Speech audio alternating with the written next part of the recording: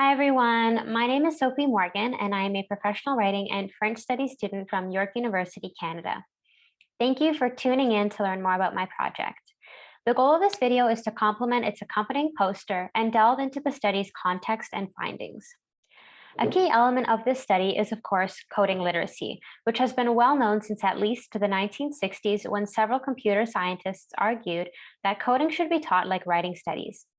Nowadays, programs like Scratch Academy and Apple's Everyone Can Code curriculum help make coding more accessible than ever. Within these discussions of coding literacy, we see the phrase learn to code emerge. On trend with the increase in coding literacy programs that I mentioned earlier, journalists began to cover government efforts that encouraged coal miners and other blue-collar workers to learn to code as an alternate career path following the decline of the Rust Belt in 2014.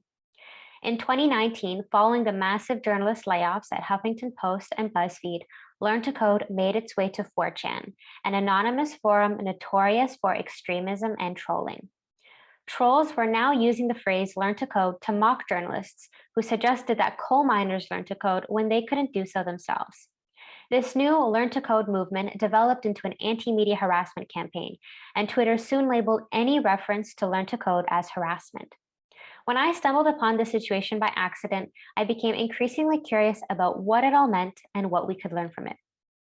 But before I go into my findings, I want to emphasize that this study anchors itself in a multi-literacies perspective. This view broadens our understanding of literacy to include activities beyond reading and writing, to include things like coding. While coding is a notoriously difficult word to define, we can describe it as the constellation of abilities that allows someone to break down a complex process into small procedures to be read by a non-human entity. We know that coding is a literacy because it is a socially situated symbolic system, and it enables new kinds of expressions. Coding is also considered ideologically good, and it is connected to power. Since literacies are connected to power, the literate are often powerful. But as Graf, Schaffner, and Stuckey argue, literacies can also harm.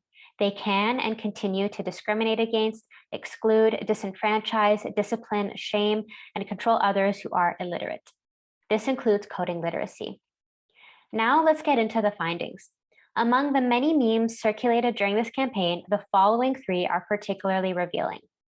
First, Evil Kermit, which represents an individual's consciousness, demonstrates sarcasm, questions about elitism, and conflict between old and new literate individuals who now exclude and question traditional sources of authority.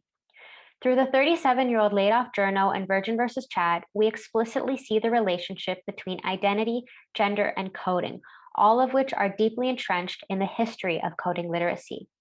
The first programmers were in fact women, who were known as human computers. They completed low-level mechanical work as per the instructions of male coders.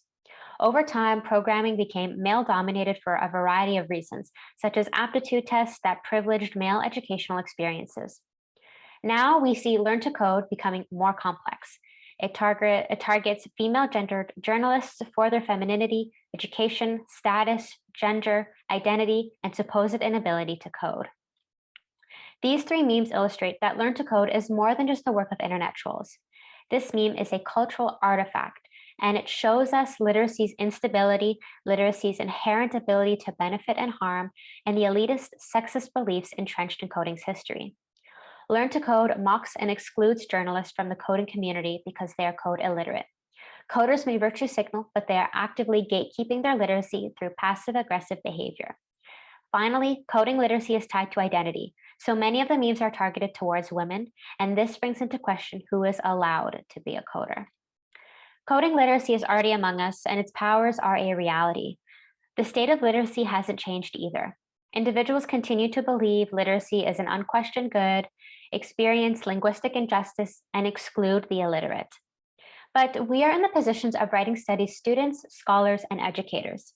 So we can offer a unique multidisciplinary approach to reimagine literacy and interrogate how we see coding literacy operating around us. In doing so, we can, and we should, also bring our writerly perspectives, knowledge, techniques, and open-mindedness to question literacy in our workplaces, classrooms, and discussions. That concludes my presentation. Thank you very much for listening.